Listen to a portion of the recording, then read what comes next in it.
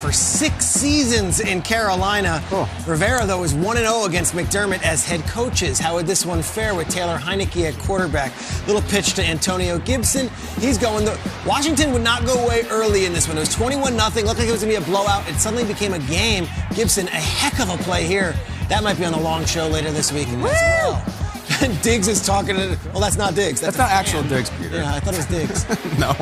He looks like him, no? No, he didn't at all. Is that... Okay, well, that right there is Emmanuel Sanders, who's still getting it done. There's Ryan Fitzpatrick in the background. What's he doing there? Wait, is that Josh Allen? Hey! McDermott gets the best of his former mentor. Here we go. 43-21. The Bills, they're one of the rare teams. They took care of their business yesterday. Yes, they did. It's also cool to see Daryl Talley in the stands with the fans. That was him with the front. Yeah, really cool. He's got those spiderweb spandex sleeves. 14-3 now. Saints are already up on New England in Foxborough. Off the hands of Jonnu Smith, who had a rough day.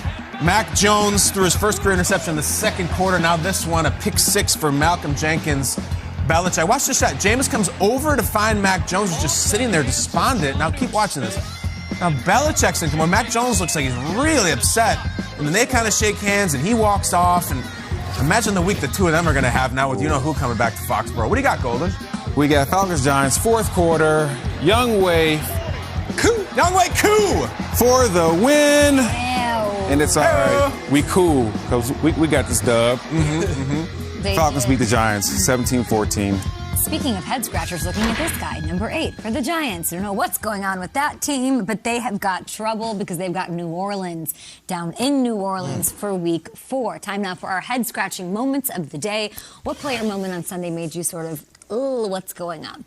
Okay, we're not even into October, and I feel like New York football fans, and not Buffalo, I know the Bills fans, I'm talking about Jets and Giants fans, are already looking towards their fall plans. When's the apple picking? What are we doing for Halloween? When's the fall foliage at its peak, Peter? Do we know? We're not even at apple picking season Not yet, even? and it's over. As a resident of this area, I will try to stay calm. A native, yes. To lose 26-0 in Denver and have no offense, and everyone just be like, well, you didn't think they were going to be good this year. No, the Jets had nothing.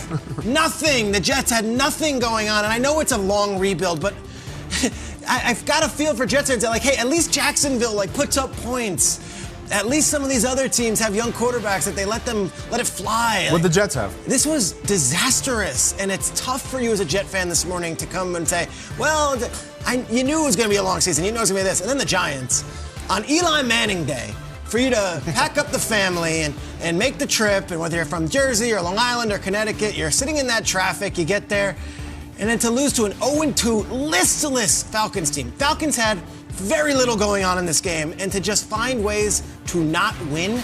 We are not even in October, and both New York football teams are 0-3. I know there was hope for both. There was optimism.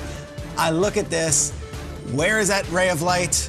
I don't know. We still have 14 more weeks of the regular season, and there's going to be all this January in football and the playoffs that you're not going to be a part of. It's very rare for a team to turn it around from 0-3. I feel for New York football fans because this isn't a one-year thing. This is year 5, year 6, year 7. I don't know when these teams are going to be good again, and I'm scratching my head because I caught at least one of them would have some ray of sunshine in the first 3 weeks of the season. Golden, you were just with the Giants. Are you surprised by this? Yeah, because they have talent. I like what they have and how they're built their roster, but you got to put up points with the guys you have, and they just they didn't do that. I thought Daniel Jones played okay yesterday. I didn't think he played bad, but you got to find a way. And this is one of those games it's at home, you expect to get it going. The first one's always the toughest one to get, and they just haven't gotten it yet. The Steelers got the first one a couple weeks ago. That brings me to my head-scratching moment. How the hell did the Steelers beat the Bills in Week 1? How the hell did that happen? That happened. What? I know Week 1 is a liar. That's a whopper that they told. Because the Steelers right now look bad, look flat, look totally listless, and the Bills look like a 15-2 team. I know that game happened. I watched it. I remember it. And I know the weird things happened in Week 1, but I just don't understand, as good as the Bills are and as bad as Pittsburgh is, how the hell did that happen? Very strange. There it is. Here's Buffalo-Pittsburgh right on cue. And remember T.J. Watt stripping Josh Allen and also going to go this way? It did, and is one of the freezing cold takes of all time.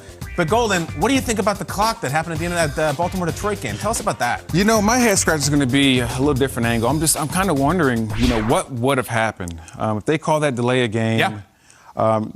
Do they try to get some of that yardage back? Do Do they do a Hail Mary? Or does he try, what it would have been like a 71-yarder? So I'm like wondering like what happens. And I'm also wondering like, why the Lions? Why do they always get the bad side? Always. You seem like it's personal. Well, I mean, they have a part of my heart. I spent, I had some of my best years there. Went to a Pro Bowl, several 1,000-yard seasons. It's, it's my heart. Did you hurt yesterday when you watched that? Yes. Yeah. Yes. We've got more head scratchers, more Good Morning Football. 2 quarterbacks led their team in rushing in Week 3, Lamar Jackson and